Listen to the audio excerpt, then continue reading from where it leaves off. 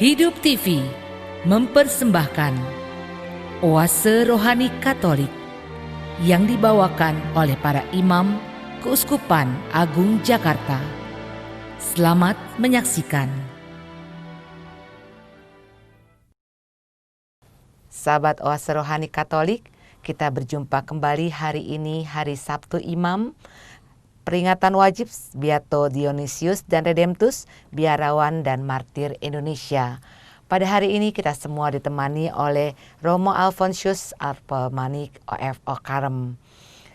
Dan saya Bernadette Marita akan menemani Romo Alfons dan Anda semua sampai di penghujung acara nanti. Baiklah, kita menyapa Romo Alfons yang sudah berada di studio hari ini untuk Anda. Salam damai Romo Alfons. Salam damai Bu Marita. Apa kabar Romo? Sehat puji Tuhan. Ibu Marita? Sehat puji Tuhan juga Romo. Baiklah sahabat Oase Rohani Katolik yang terkasih, kita awali jumpa kita dengan sebuah doa yang akan dipimpin oleh Romo Alfons. Mari para saudara, sahabat Oase Rohani Katolik yang terkasih, kita akan membuka permenungan kita dengan doa pembukaan. Dalam nama Bapa dan Putra dan Roh Kudus. Amin. Allah Bapa yang Maha Kuasa, Engkau tidak tinggal diam dalam kerajaan-Mu, namun Engkau turun ke dunia. Engkau mengutus putra-Mu, Yesus Kristus, kepada kami, menjelma menjadi sama dan satu dengan kami manusia. Dia telah mewartakan kepada kami Injil, kabar kehidupan, Injil yang adalah kabar gembira bagi kami. Karena di dalamnya kami boleh memperoleh sukacita kehidupan. Ya Allah, bantulah kiranya kami dalam merenungkan sabda-Mu ini. Semoga kiranya sabda-Mu ini dapat menjadi terang bagi kami yang menuntun kami di jalan kehidupan kami. Sehingga dalam mengisi hari-hari hidup kami senantiasa diliputi oleh semangat untuk saling berjaga dan terutama mempersiapkan hidup kami menuju kepada hidup yang kekal. Ya Tuhan, utuslah Roh Kudus-Mu untuk menyingkirkan segala sesuatu yang menghalangi kami untuk bertemu dengan sabda-Mu. Berkatilah kami semua dari awal hingga akhir nanti. Doa ini kami sampaikan kepadamu dengan perantaraan Kristus Tuhan kami. Amin. Dalam nama Bapa dan Putra dan Roh Kudus. Amin. Sahabat Oase Rohani Katolik yang terkasih, antifon pembuka kita untuk hari ini adalah para kudus bergembira di surga, sebab telah mengikuti jejak Kristus. Mereka menumpahkan darahnya demi Dia, sehingga kini bersukaria selamanya. Bacaan hari ini menurut kalender liturgi adalah diambil dari kitab Wahyu bab 22 ayat 1 sampai 7. Aku Yohanes mendapat penglihatan sebagai berikut. Malaikat Tuhan menunjukkan kepadaku sungai air kehidupan. Airnya jernih bagaikan kristal dan mengalir keluar dari tahta Allah dan tahta Anak Domba. Di tengah-tengah jalan kota itu, yaitu seberang menyeberang sungai itu, ada pohon-pohon kehidupan yang berbuah 12 kali, tiap-tiap bulan sekali. Dedaunan pohon itu dipakai untuk menyembuhkan bangsa-bangsa. Maka takkan ada lagi laknat. Tahta Allah dan tahta Anak Domba akan ada di dalamnya, dan hamba-hambanya akan beribadah kepadanya. Mereka akan melihat wajahnya dan namanya akan tertulis di dahi mereka. Malam takkan ada lagi di sana, dan mereka takkan memerlukan lagi cahaya lampu dan cahaya matahari, sebab Tuhan Allah akan menerangi mereka, dan mereka akan memerintah sebagai raja sampai selama-lamanya. Lalu ia berkata kepadaku, semua perkataan ini tepat dan benar. Tuhan Allah lah yang memberi roh kepada para nabi dan telah mengutus malaikatnya untuk menunjukkan kepada hamba-hambanya apa yang harus segera terjadi. Sungguh, aku datang segera, Berbahagialah orang yang menuruti perkataan nubuat kitab ini. Demikianlah sabda Tuhan. Syukur kepada Allah. Sahabat Oase Rohani Katolik yang terkasih, marilah kita tanggapi sabda Tuhan dengan mazmur tanggapan.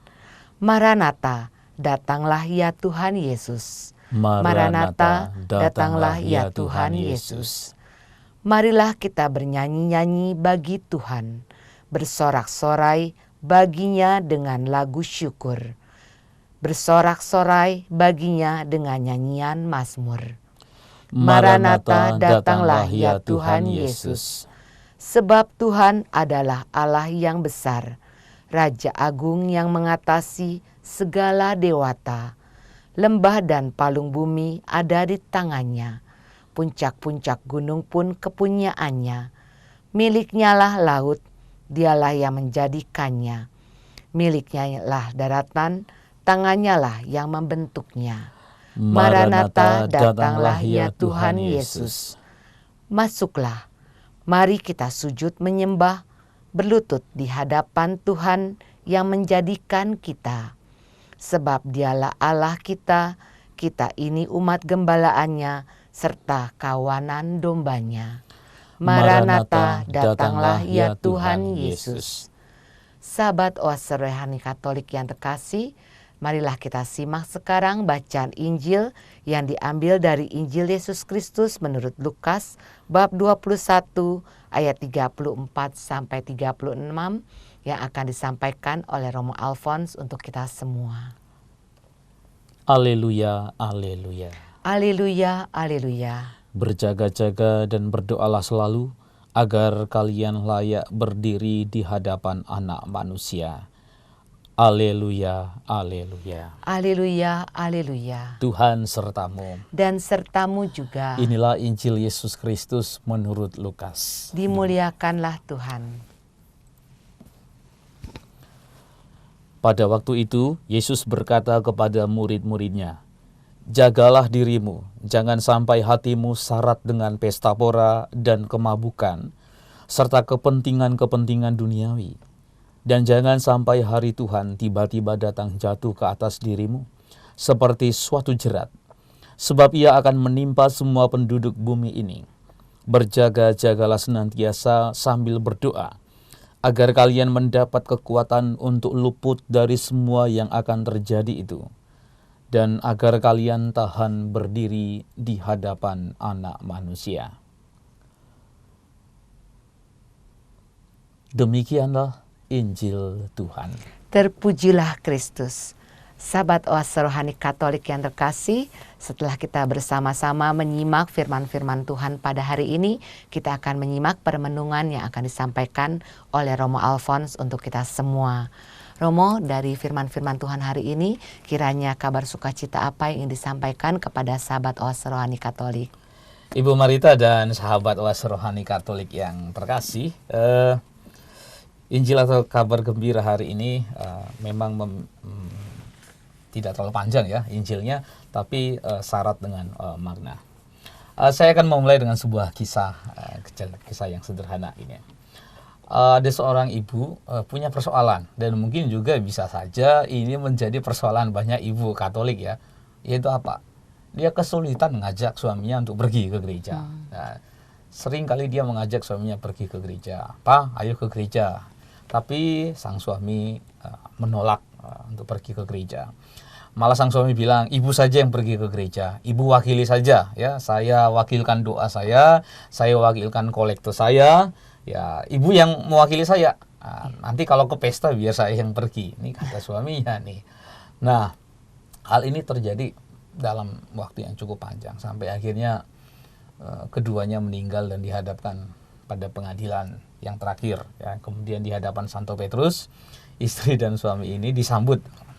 Tetapi sang istri disuruh masuk ke surga, tapi suaminya enggak. Nah, lalu suaminya protes nih sama Santo Petrus. "Loh, gimana sih, kayak saya kok rasanya saya bukan orang yang jahat-jahat amat gitu ya. Saya dulu berbuat baik dan kemudian saya rajin ke gereja. Saya selalu sering wakilkan doa saya, kolektor saya, kehadiran saya ke gereja itu bersama istri saya yang mewakili saya. Lalu Santo Petrus berkata, Pak, sebenarnya Bapak itu sama Ibu sebenarnya sama-sama masuk surga. Tapi kali ini cukup diwakilkan sama istri Bapak sendiri. Bapak kalau mau pergi di sebelah itu ada pesta, sebelah kiri saya. Wah. Jadi kisah ini mau mengatakan bahwa keselamatan ini memang merupakan tanggung jawab pribadi, ya. Ini memang tanggung jawab individual, bahwa keselamatan kita itu menurut apa yang kita lakukan. Nah, Injil atau kabar gembira hari ini memiliki ciri eskatologis. Jadi tadi orang Katolik itu ada juga itu ya, orang Katolik perwakilan ya, ke gereja diwakili istri, kolektornya diwakilkan. Tapi kalau di surga nggak boleh diwakilkan, ya. Memang ini keselamatan ini adalah soal aku dan Tuhan. Nah, Injil pada hari ini memang berbicara tentang kedatangan hari Tuhan, ya. Ada ciri eskatologi ya sebenarnya di situ. Ada sedikit katekese yang sederhana sebenarnya dari Santo Lukas, yaitu berupa peringatan nih, ya. Katanya supaya jagalah dirimu supaya jangan syarat dengan pesta pora, kemabukan dan segala urusan duniawi lainnya. Nah, untuk memahami perikop ini, Ibu Marita dan sahabat Oase Rohani Katolik yang terkasih di mana saja Anda berada, mari kita memahami soal apa sih artinya eskatologi, karena ini termasuk kitab yang berbicara tentang masa depan nih. Nah, eskatologi itu secara singkat dapat kita pahami merupakan ajaran tentang masa depan. Ajaran tentang masa depan, di mana Tuhan akan menyelesaikan segalanya dengan kedatangan Tuhan untuk yang kedua kali. Ya. Nah, bertolak dari apa yang telah datang, yaitu pengalaman-pengalaman umat manusia akan Allah, khususnya dari Yesus Sang Kristus, maka eskatologi merenungkan apa yang akan datang, yang baru, lalu dari sana berusaha untuk menafsirkan masa kini. Nah, jadi apa yang akan datang sana, apa yang akan terjadi, kedatangan Yesus yang kedua, mau berusaha untuk ditafsirkan. Lalu kemudian menyampaikan renungan atau motivasi bagi kita untuk menjalani kehidupan kita untuk masa sekarang ini. Nah, jadi masa depan itu, Ibu Marita dan sahabat Oase, itu dipindahkan ke masa sekarang. Nah, kira-kira nih, supaya masa depan itu bisa kita songsong dengan gembira, apa yang harus kita lakukan untuk zaman sekarang? Nah, sama ya, kalau orang punya cita-cita, ya, cita-citanya apa? Oh, saya ingin menjadi seorang dokter gigi. Ya, tentu masa depan itu sangat ditentukan oleh masa sekarang ya. Apa yang dilakukannya itu sangat menentukan keberhasilannya untuk menjadi seorang dokter. Nah, kita pun begitu, masa depan itu kita pindahkan. Masa depan itu milik Allah, lalu kemudian dia akan datang untuk kedua kalinya. Nah, kita harus mempersiapkan diri. Nah, dalam konteks itu Injil ini disampaikan gitu ya. Dalam perikop ini dikatakan, jagalah dirimu supaya hatimu jangan syarat oleh pesta porak dan kemabukan serta kepentingan-kepentingan duniawi, dan supaya hari Tuhan jangan dengan tiba-tiba jatuh ke atas dirimu seperti suatu jerat, sebab ia akan menimpa semua penduduk bumi. Berjaga-jagalah senantiasa sambil berdoa supaya kamu beroleh kekuatan untuk luput dari semua yang akan terjadi itu, dan supaya kamu tahan berdiri di hadapan Anak Manusia. Nah, apa artinya? Supaya hatimu jangan syarat dengan pesta pora dan kemabukan dan keinginan-keinginan duniawi lainnya. Nah, para sahabat Oase Rohani dan Ibu Marita, kalau kita menuruti semua keinginan hati kita, kita akan tertipu. Jika kita hanya menuruti semua kesenangan yang kita inginkan, kita akan menjadi apa yang namanya frustrasi atau bersedih. Ya. Ini bisa diibaratkan seperti seorang perempuan yang tergila-gila dengan model. Lalu dia dibawa masuk ke sebuah ruangan dengan 1000 topi tanpa satu cermin pun. Ya, apa yang terjadi? Wah, dia akan pusing sendiri, frustrasi sendiri. Ya. Oleh karena itu, kita ini kan punya tubuh, kita juga punya jiwa. Ya, apa yang bisa kita lakukan? Nah, sebenarnya kita bisa membuat tubuh kita melayani jiwa kita. Tetapi kita juga bisa membuat jiwa kita melayani tubuh kita. Nah, kalau tubuh kita melayani jiwa kita, ini merupakan cara hidup Kristiani. Tetapi kalau kita pakai jiwa kita untuk melayani tubuh kita, maka inilah sebuah cara hidup yang sangat menyedihkan. Nah, jadi Ibu Marita dan teman-teman Oase Rohani sekalian, perjuangan kita setiap hari itu selalu berada di sini ya, memilih antara dua cara hidup seperti ini. Dan ini merupakan sesuatu yang sangat serius. Atau dengan ungkapan lain bisa kita katakan, apakah saya menggunakan uang, materi untuk melayani Tuhan, atau saya menggunakan Tuhan untuk melayani keinginan-keinginan saya. Nah, makanya tadi dikatakan kalau kita mengikuti keinginan-keinginan kita, berarti jiwa kita yang melayani tubuh kita, kesenangan-kesenangan kita. Maka itu akan memberi perangkap bagi kita.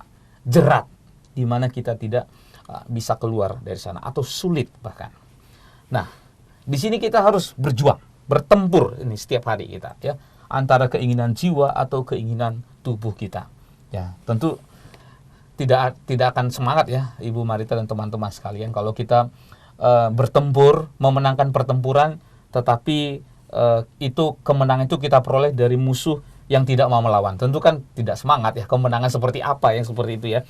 Tidak akan ada butir-butir berharga dalam hidup ini kecuali kalau ada tujuan besar, ya, tujuan kekal yang akan dipertaruhkan, ya, di mana kita akan bersorak gembira karena saat itu kita memperoleh keselamatan yang kekal itu. Nah, dalam hal inilah kita perlu ya terus berjuang untuk melawan itu semua. Ada yang pernah berkata begini, ya, kematian adalah hal yang indah bagi orang yang telah meninggal sebelum ia sungguh-sungguh meninggal, yaitu dengan mengalami kematian setiap hari dalam menghadapi bermacam pencobaan di dunia ini yang berwujud kedagingan atau keinginan daging dan godaan setan. Ada pada makam seorang terkenal yang namanya Don Scotus, ya, ada tulisan yang menarik ya, di batu nisannya ditulis dalam bahasa Latin, ante sepulturam bis morimur, kematian ganda telah mendahului pemakamannya.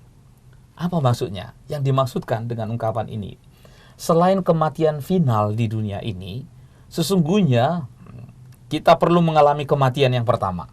Ya, jadi ada kematian ganda ya. Kematian yang pertama itu apa? Yaitu mematikan keinginan daging kita dan segala bujuk rayu iblis yang siang malam berkeliaran seperti singa yang mengaum-ngaum mencari mangsanya. Lawanlah dia teguh dalam iman. Jadi setiap hari kita berjuang terus untuk mematikan keinginan daging. Maka tadi pesannya sangat sederhana dan sangat jelas, mudah ditangkap. Jaga hatimu ya. Karena hati ini menjadi pusat seluruh keinginan ya, Ibu Marita dan teman-teman semua.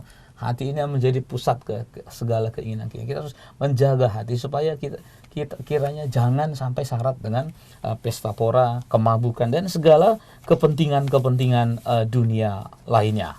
Nah, para saudara-saudari terkasih, kalau kita melihat, dan Ibu Marita tentu, dan kalau kita melihat sekarang ini dalam situasi zaman kita sekarang ini, luar biasa ya, manusia seakan-akan diperbudak oleh keinginannya ya, bukan keinginan yang melayani manusia, tapi manusia yang melayani keinginannya. Jadi orang bisa seperti tadi ya, mengorbankan imannya demi materi ya. Itu bisa terjadi ya. Nah, para saudara kasih, zaman ini kan ditandai dengan yang namanya apa ya, kekosongan batin ya, Ibu Marita dan sahabat-sahabat Oase ya. Konsep dominan manusia dewasa ini ialah we are what we eat, we are what we buy. Ya, kita ini apa yang kita makan, kita ini apa yang kita beli. Ya, we are what we have. Ya, jadi kita ini adalah apa yang kita miliki. Ya, dan seringkali dewasa ini digambarkan dengan 4 kata ini. Mungkin lebih tepatnya 5 ya: producing, consuming, marketing, buying. Terakhirnya shopping. Nah, ini kan gambaran dunia sekarang, di mana dunia semakin memberi manusia hal-hal yang memacu terus nih, hasrat hatinya nih. Kamu butuh ini, di sini ada. Kamu butuh ini, di sini ada. Jadi manusia itu justru mengalami bahaya yang besar, Ibu Marita dan teman-teman sekalian, ya, bahwa ternyata justru hal seperti itu melahirkan kesedihan, melahirkan kecemasan. Karena apa? Karena itu lahir dari hati yang tidak pernah puas, yaitu hati yang tamak, pengejaran akan kesenangan, kesembronoan, dan hati nurani yang tumpul. Lalu kemudian juga sekarang manusia punya hasrat yang tinggi sekali akan barang atau materi, ya. Suatu ketika nih pernah ada seorang umat waktu kita kunjungan ya ke rumah umat, lalu si umat berkata, "Romo, tuh lihat tuh mobilnya." "Apa, Bu?" "Itu mobilnya Lexus loh, mereknya mahal, gitu. Pasti orangnya berkelas." Nah, ternyata manusia ini ya mungkin bisa saja orang Katolik sendiri ya, meski dia mengaku Katolik ya, tapi sebenarnya hasrat akan barang atau materi inilah kenyataan zaman kita ya. When there is no value, money counts. Jadi ketika tidak lagi ada nilai, uanglah semuanya yang menghitung ya. Uanglah semua segalanya ya. Yang dipentingkan itu adalah uang. Jadi pelan-pelan mentalitas ini adalah mentalitas seperti ini menjadi sebuah agama dalam tanda kutip ya, agama atau keyakinan baru, menggerogoti agama yang sesungguhnya. Jadi ketika agama telah mengalami yang namanya sekularisasi, membeli dan mengonsumsi menjadi jalan untuk mengalami yang sakral. Nah, ada banyak ciri-ciri yang lain juga yang akhirnya bisa menghambat manusia untuk maju dalam hidup rohani. Toh pada akhirnya dia dikuasai atau diperbudak oleh keinginan-keinginannya. Nah, sekarang ini dewasa ini pun manusia tidak lagi dilihat sebagai pribadi. Tentu saja ya, karena hasrat manusia itu kepenuhannya pada materi atau pada barang yang memenuhi kerinduan hatinya. Lalu pada akhirnya apa yang dia pikirkan? Dia memandang orang seperti materi ya. Nah, selama lu muasin gua pakai. Tapi selama lu udah nggak bisa muasin gua buang.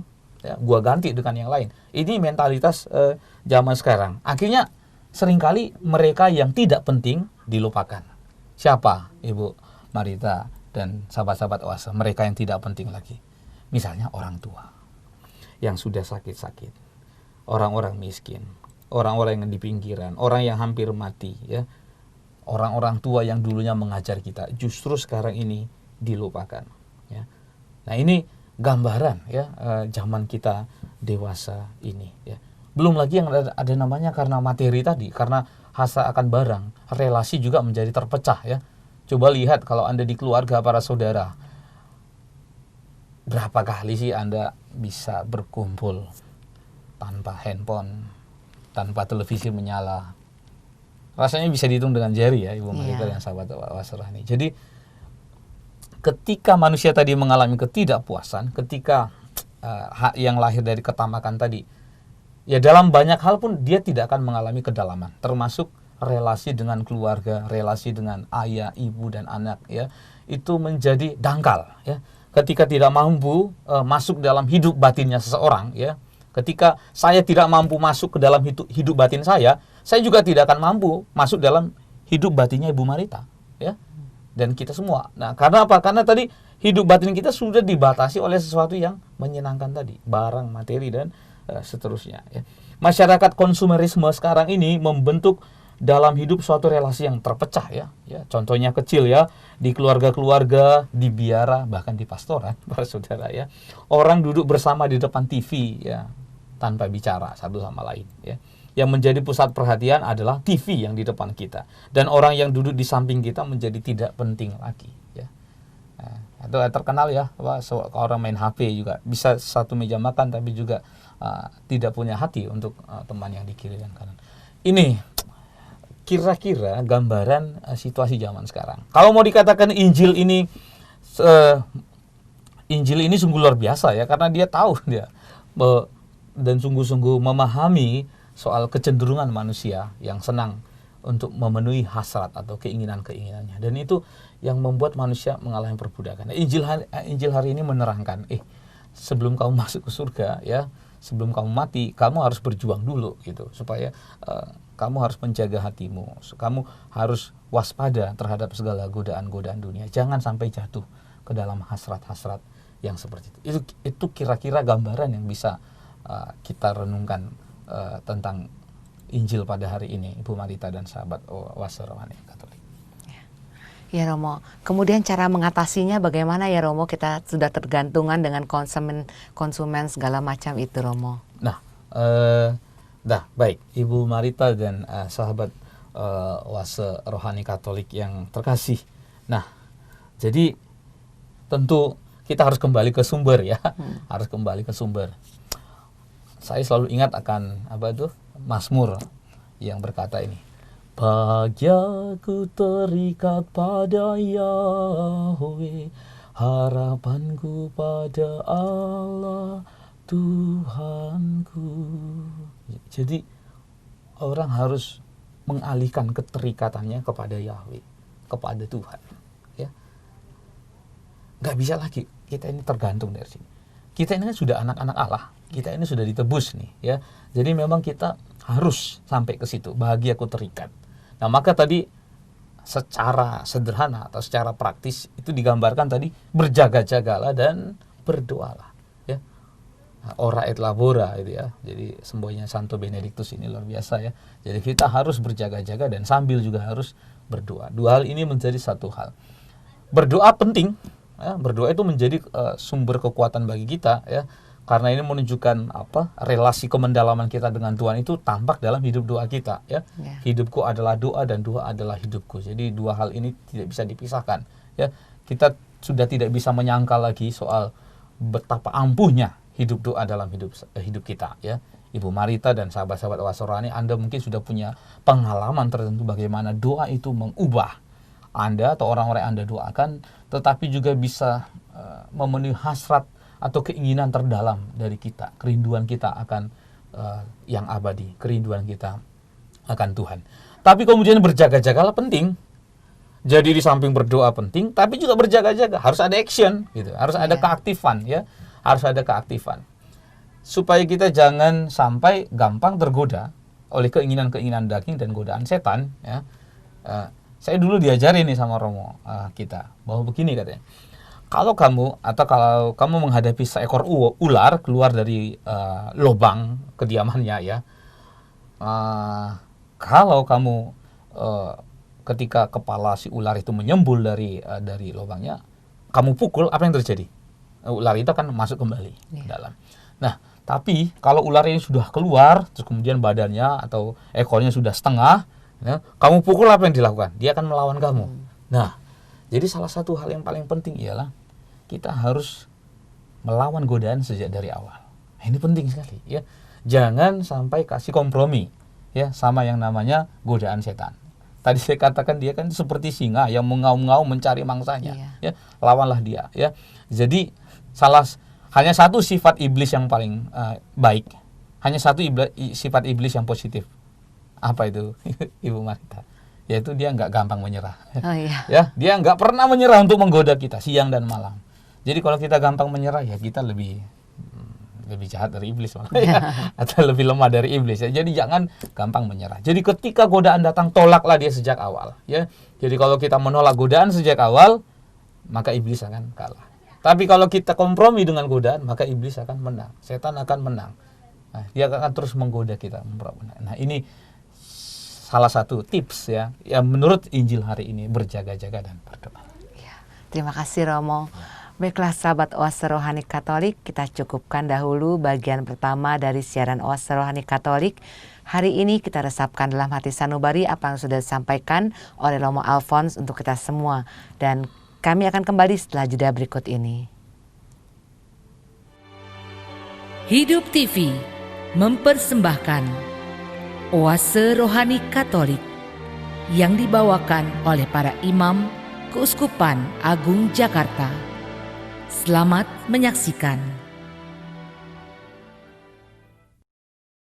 Sahabat Oase Rohani Katolik, kembali kita menyimak siaran Oase Rohani Katolik. Dan bersama kita masih ada Romo Alphonsius Arpomanik Okarem.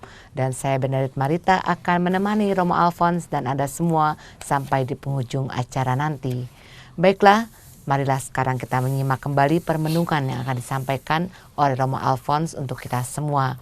Romo, bisakah Romo mengulang sedikit di bagian pertama tadi apa yang sudah kita bicarakan agar menjadi bekal bagi pendengar terkasih? Mungkin ada yang baru bergabung dengan kita, Romo. Iya, benar sekali, Bu Marita dan sahabat Oase Rohani Katolik yang terkasih, dimanapun Anda berada.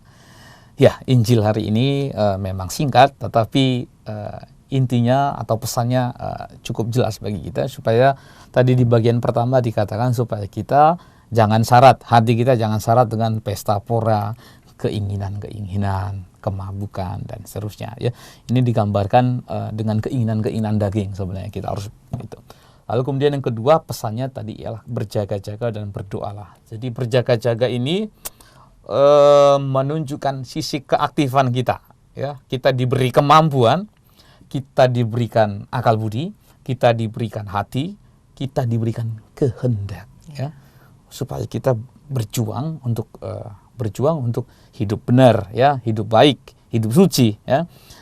Atau secara negatif, ya, kita diberikan kemampuan oleh Tuhan secara natural, secara kodrati untuk melawan kekuatan-kekuatan yang jahat itu. Ini arti berjaga-jaga, ya. Jadi kita harus waspada, ya. Seperti seorang security, ya, harus menjaga keamanan yang dia jaga. Dia nggak tahu kapan itu pencuri datang, ya. Dia nggak tahu. Kalau dia tahu, ya pasti dia udah buat persiapan, udah lebih tenang. Tapi ini karena dia nggak tahu, dia harus berjaga-jaga. Nah, ini menunjukkan sisi keaktifannya kita. Yang kedua tentu adalah sisi doa, ya. Doa itu merupakan relasi kita dengan Tuhan, ya. Sebuah doa tentu akan menjadi senjata yang tajam bagi kita untuk melawan segala godaan-godaan, melawan kekuatan musuh, ya. Ingat, kekuatan doa itu banyak kali dipakai oleh Tuhan Yesus sendiri dalam Injilnya mengalahkan si setan, ya. Mereka tumpas atau mereka kalah ketika Yesus berdoa kepada Allah Bapa. Mujizat-mujizat juga banyak terjadi. Nah, memang tadi dikatakan di ayat 36 ini hal yang demikian, ya. Tapi tadi ditambahkan juga dalam ayat 36 dikatakan, berjaga-jagalah senantiasa sambil berdoa supaya kamu beroleh kekuatan untuk luput dari semua yang akan terjadi itu, dan supaya kamu tahan berdiri di hadapan Anak Manusia. Nah, pertanyaannya, Ibu Marita dan sahabat-sahabat Oase, bisakah kita ini tidak tahan berdiri di hadapan Anak Manusia? Tadi di sini katakan supaya kamu tahan. Bisakah misalnya kita tidak tahan berdiri di hadapan Anak Manusia? Nah, sekarang Ibu Marita dan sahabat Oase Rohani, saya minta Anda misalnya membayangkan nih, seseorang tamu yang sangat agung, yang sangat penting, ya, seseorang yang sangat terhormat, tiba-tiba datang ke rumah Anda, lalu Anda membuka pintu, dan Anda melihat, wow, ini kan tamu agung. Nah, sementara saat itu pakaian Anda kotor, wajah Anda kotor karena Anda baru memakai pakaian untuk kebersihan rumah dan seterusnya, ya. Tangan dan wajah Anda sangat kotor. Apa yang Anda rasakan? Apa yang akan terjadi, ya? Tentu bisa kita nilai bahwa Anda sedang dalam tidak kondisi mempersiapkan diri, ya, dengan penampilan yang pantas di hadapan tamu yang sepenting itu. Lalu biasanya apa yang kita lakukan? Biasanya kita tutup pintu dulu, lalu kemudian apa? Kita ganti pakaian. Ya, kita berpakaian yang pantas, ya. Kita berpenampilan yang menarik sesuai dengan tuntutan saat itu, ya. Jadi kita baru berani keluar kalau kita sudah mengubah penampilan kita. Nah, Ibu Marita dan saudara-saudara Oase Rohani Katolik yang terkasih, bahwa jiwa yang tercemar akibat dosa juga akan mengalami kondisi yang serupa, ya. Ketika dia dihadapkan pada kursi pengadilan Allah, atau ketika dia berada di hadapan seorang anak manusia, ya. Di satu sisi jiwa kita memandang keagungan Tuhan, ya, memandang kekudusan Tuhan, memandang kemuliaan Tuhan, memandang kecemerlangan Tuhan. Namun di sisi lain jiwa kita mengenali dosa-dosa kita dan kecemaran yang dibuatnya. Nah, saat pengadilan itu, Ibu Marita dan sahabat Oase, apakah kita masih bisa bertobat? Ya, tidak bisa lagi. Itu udah mati, ya. Kita itu bertobat justru selama hidup di dunia ini, ya. Nah, justru saat itulah, ya, kita pun mengenali dosa-dosa kita dan kecemaran-kecemaran hidup yang telah kita lakukan ini. Jadi juga saat itu tidak ada kesempatan lagi untuk mengiba-iba atau berargumentasi kepada Tuhan atau memohon sesuatu permintaan yang khusus kepada Tuhan. Tidak ada lagi kesempatan untuk itu. Pasti, ya, jiwa kita itu memandang dari kejauhan dan berkata, ya Allah, saya tidak pantas, saya tidak pantas. Suatu jiwa yang tercemar akibat dosa ringan akan berkata, ya, berilah saya waktu untuk membersihkan diri, ya. Makanya dia ada di api penyucian, ya, purgatorium, ya. Namun jiwa dengan dosa yang tidak bisa lagi diperbaiki akan mati dalam kekekalan dan melemparkan dirinya ke dalam jurang itu sendiri. Jadi memang bagaimana supaya kita tahan berdiri di hadapan, ya?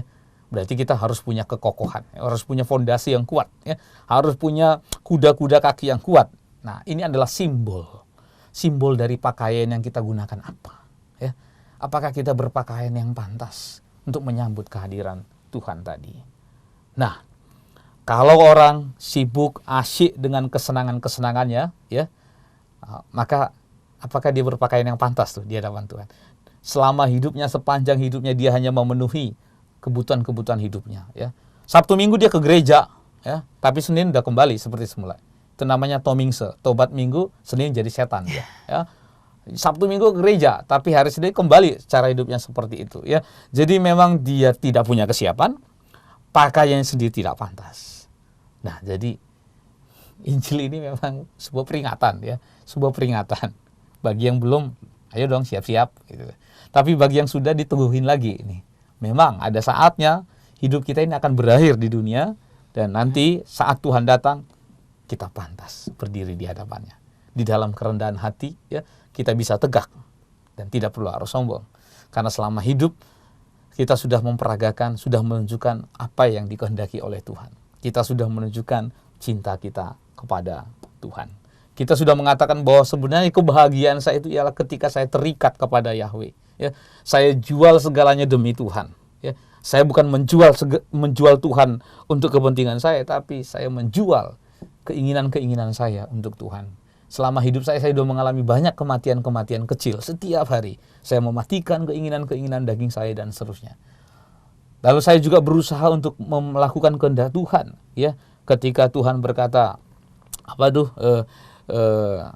bagi mereka yang lapar kau beri makan, yang haus, ketika aku haus kamu beri minum, ketika aku di penjara kamu mengunjungi aku, dan seterusnya, ya. Itu menunjukkan sebuah tindakan kita soal mengisi hari hidup kita di dunia sebelum kita mati. Nah, ada beberapa hal lagi yang ingin saya sampaikan. Nah, soal kesenangan, saya ingin menekankan soal ini, bahwa betapa zaman kita ini, ya, sungguh luar biasa, ya. Kesenangannya yang dijanjikan itu begitu luar biasa, ya. Anda atau Ibu Marita sama sahabat Wasserani tahu sendiri, ya, HP yang baru muncul, kira-kira sebulan lagi udah muncul lagi HP yang lain. Nah, betapa manusia ini dimanjakan dengan aneka barang, kesenangan dan seterusnya. Dia menjanjikan, memang benar-benar zamannya adalah zaman yang memberikan hedon, ya. Hedon itu artinya kesenangan, maka ada hedonisme, ya. Jadi diberikan seperti itu. Tapi mari para saudara, kita lihat, ya, kesenangan yang diberikan oleh hedonisme itu kesenangan yang seperti apa sih sebenarnya, ya. Nah, kesenangan yang diberikan oleh hedonisme itu sebetulnya dia sebuah janji dan sebuah rasa emosional yang spontan, ya. Ketika kita dapat sesuatu, ya, dapat sesuatu yang di mana sesuatu itu punya kenikmatan, punya kepuasan, ya. Jadi misalnya saya ingin punya mobil, ya, lalu saya berusaha cari mobil itu, entah segala, bisa dengan cara yang baik dan bisa dengan cara yang kurang baik. Saya ambil, saya beli, dan saya punya. Saya puas. Tapi berapa lama kepuasan itu berlangsung? Itu seperti permen karet. Kita makan, kita kunyah, lama-lama hilang juga manisnya. Nah, begitulah kalau kita hanya menyandarkan diri pada yang namanya keinginan-keinginan kita semata.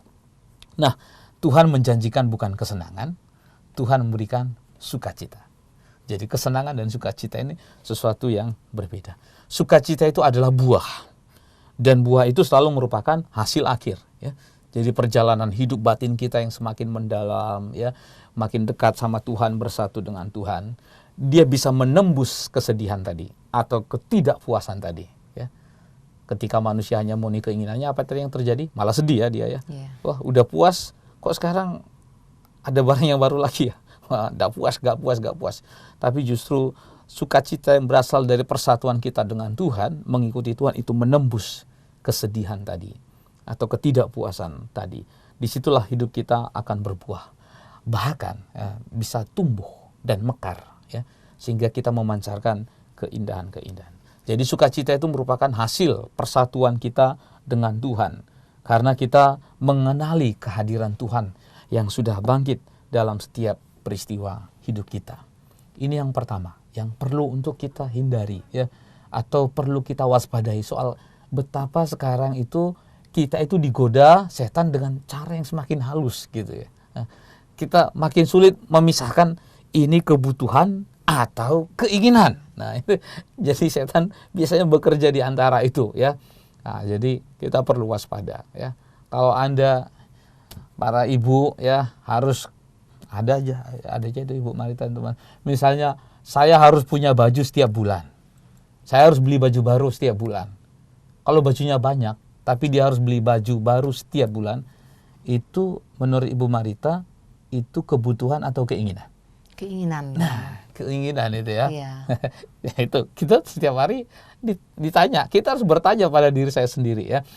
Apakah ini keinginan saya atau kebutuhan saya?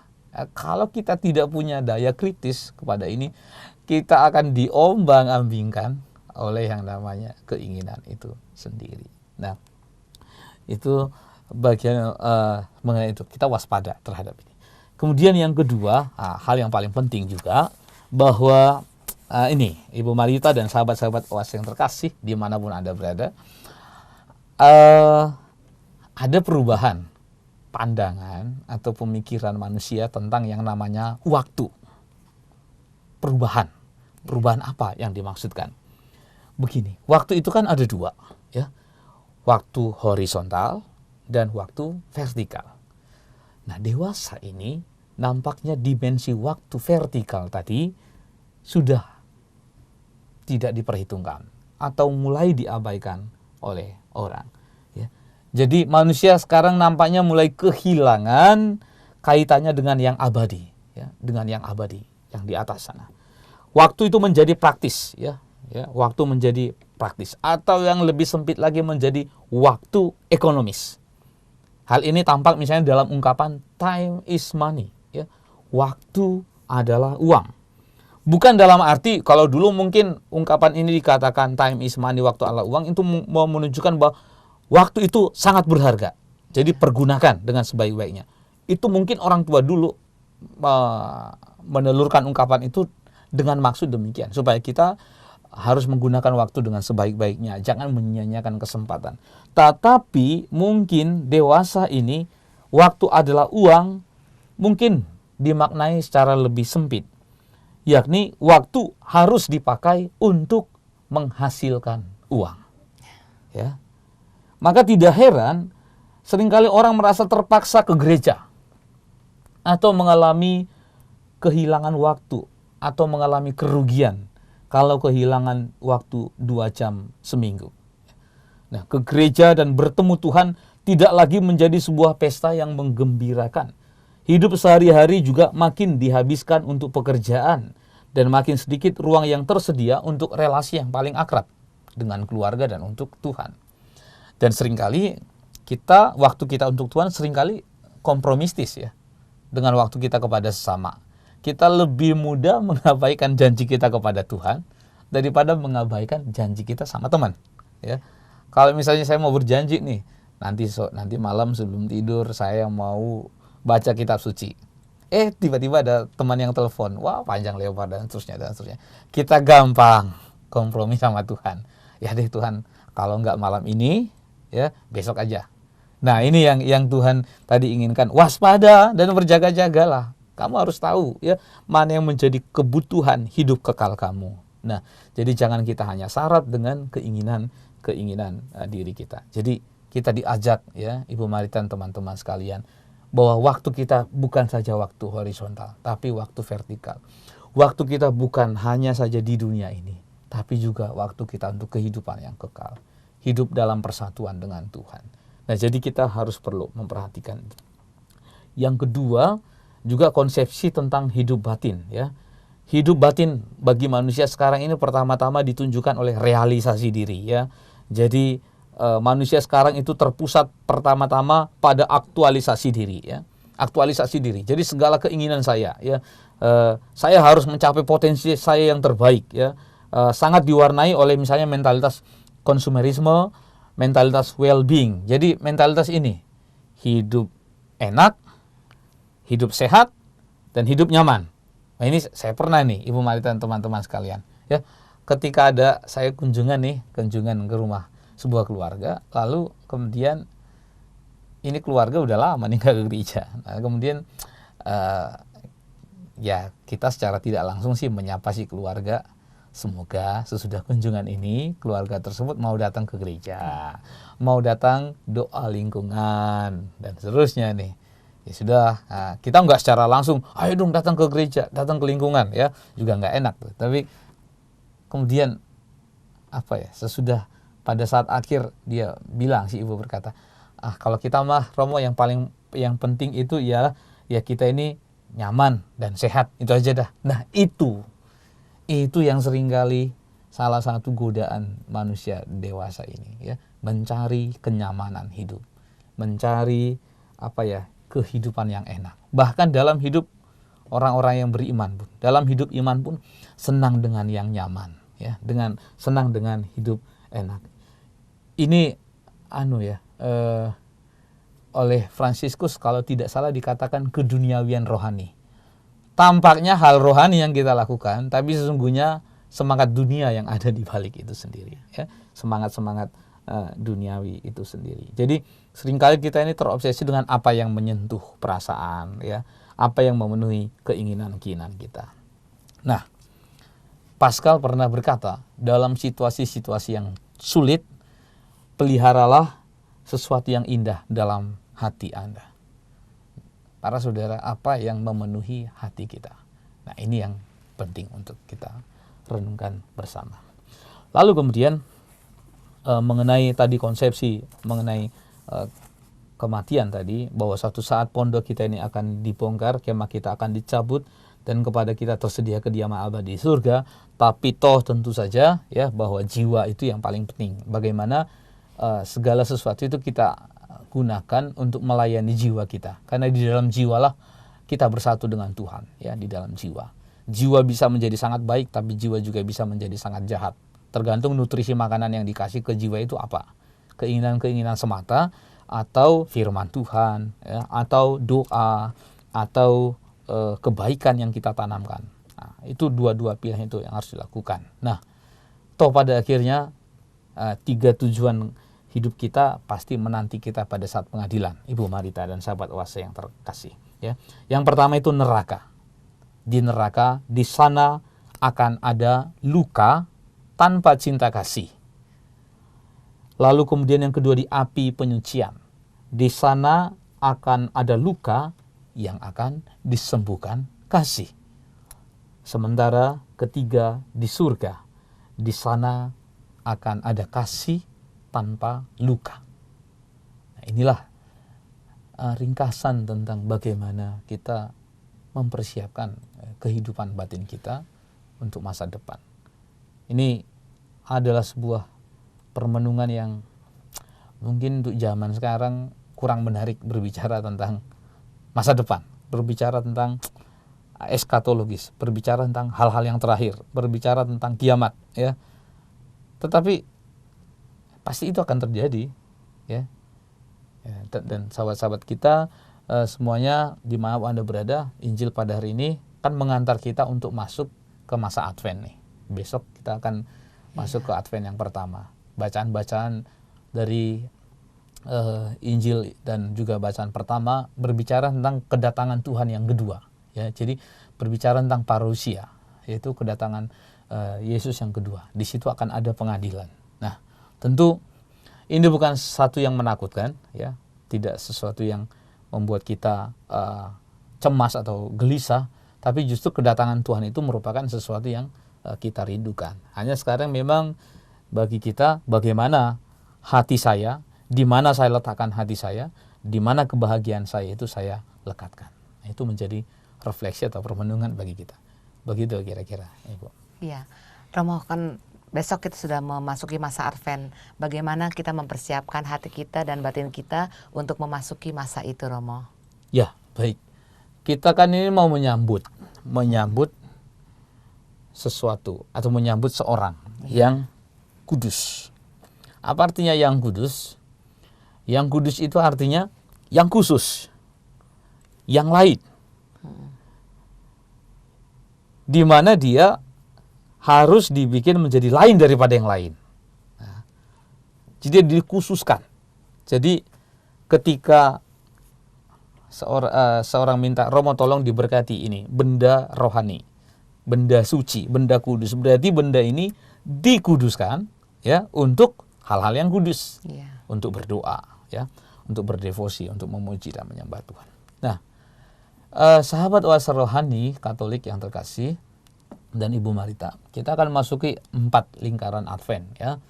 Dan tentu saja kita ini kan namanya Advent, berarti kita penantian ya. Penantian akan kedatangan seseorang yang kudus, yang khusus.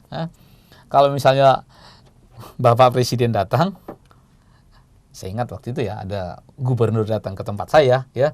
Kita sekolah itu seminggu sebelumnya udah harus siap-siap ya. Siap-siap, terus pakaiannya yang kotor supaya dibersihin, anak-anak yang rambutnya nggak rapi dicukur supaya rapi dan seterusnya. Lalu kemudian kita harus membuat garis batas ya. Ada batas ya. Di mana ketika presiden itu lewat, kita harus lambai-lambaikan bendera dan seterusnya ya. Jadi kita nggak boleh melewati batas itu karena dia ada tamu khusus, tamu yang agung. Nah, analogi yang sama itu sebenarnya bisa kita gunakan di masa Advent ini ya. Kita mau menyambut kedatangan yang kudus ya. Bahkan katanya malam itu malam kudus.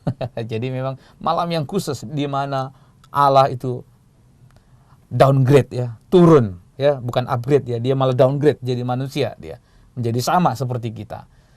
Nah, tetapi dia adalah seorang yang kudus dari surga. Maka kita juga harus menyiapkan hati kita, hati yang kudus.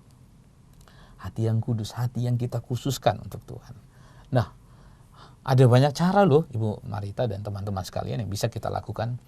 Kalau KAJ ini lewat Komisi Kerasulan Keluarga nih, bulan Advent itu dipakai menjadi bulan keluarga ya.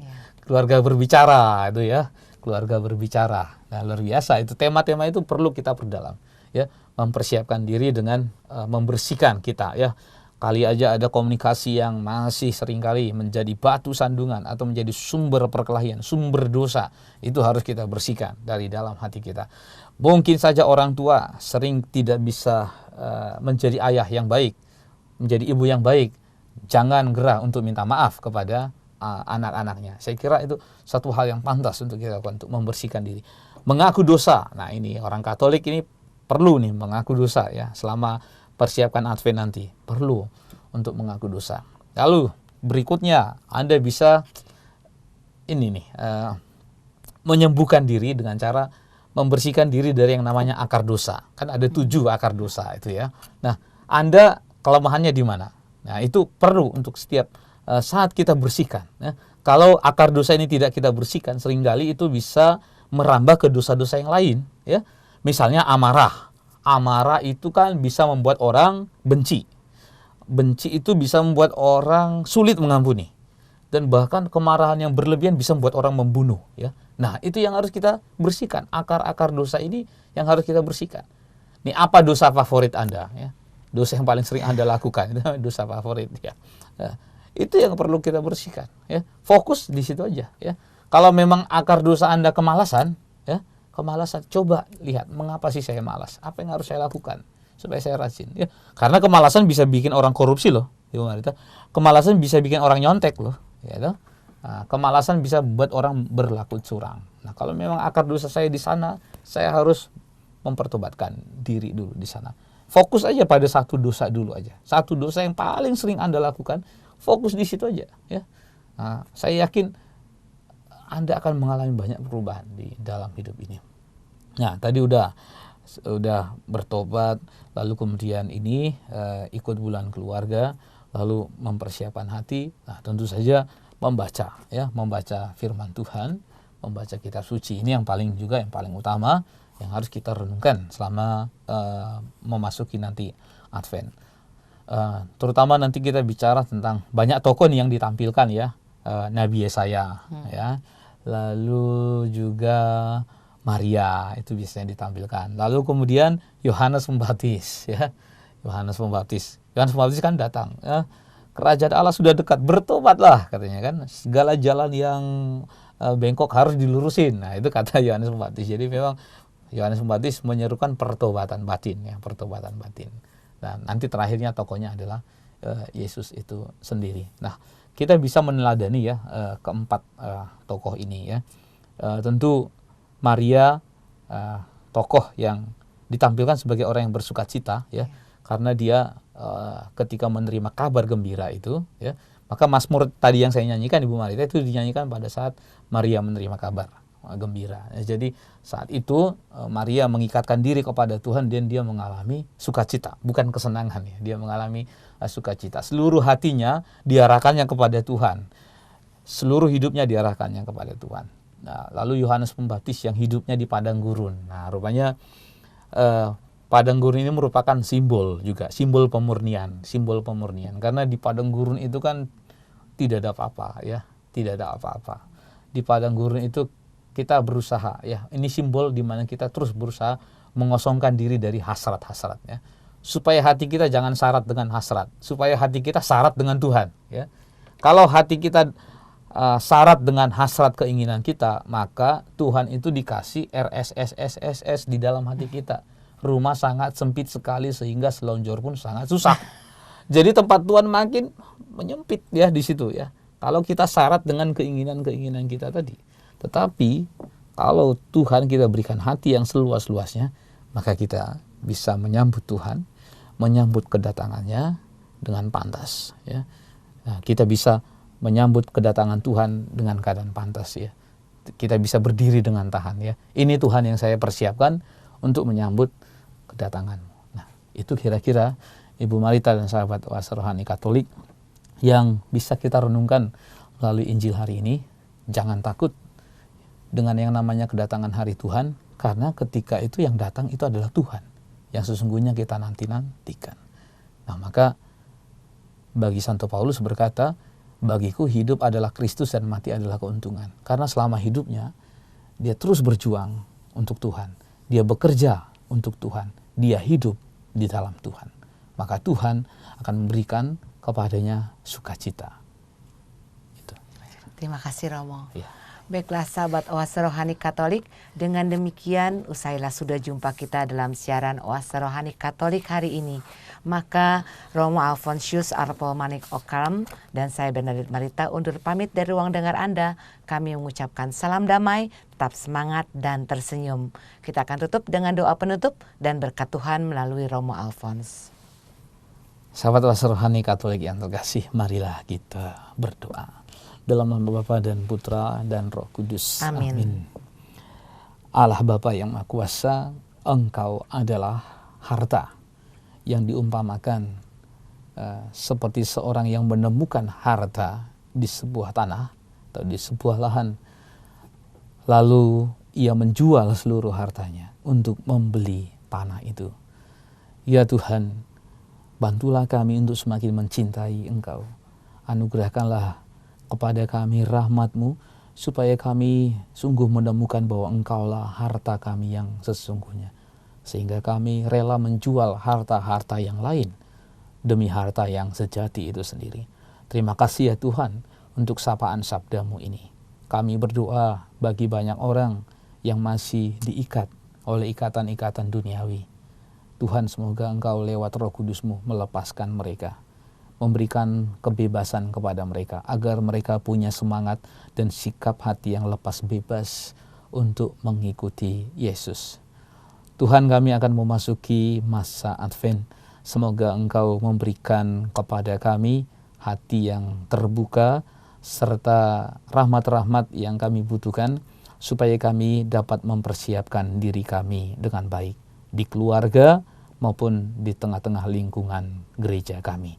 Doa ini kami sampaikan kepadamu dengan perantaraan Yesus Kristus Tuhan kami. Amin. Tuhan sertamu Dan sertamu juga. Diberkatilah saudari-saudara sekalian, keluarga Anda dimanapun mereka berada, pekerjaan, pelayanan, dan segala niat-niat baik pertobatan Anda oleh Allah yang Maha Kuasa, Bapa dan Putra dan Roh Kudus. Amin. Amin. Baiklah sahabat Oase Rohani Katolik, sampai jumpa lagi di siaran Oase Rohani Katolik berikutnya. Kita Bhinneka, kita Indonesia. Demikianlah Oase Rohani Katolik yang dibawakan oleh para imam Keuskupan Agung Jakarta. Tuhan memberkati.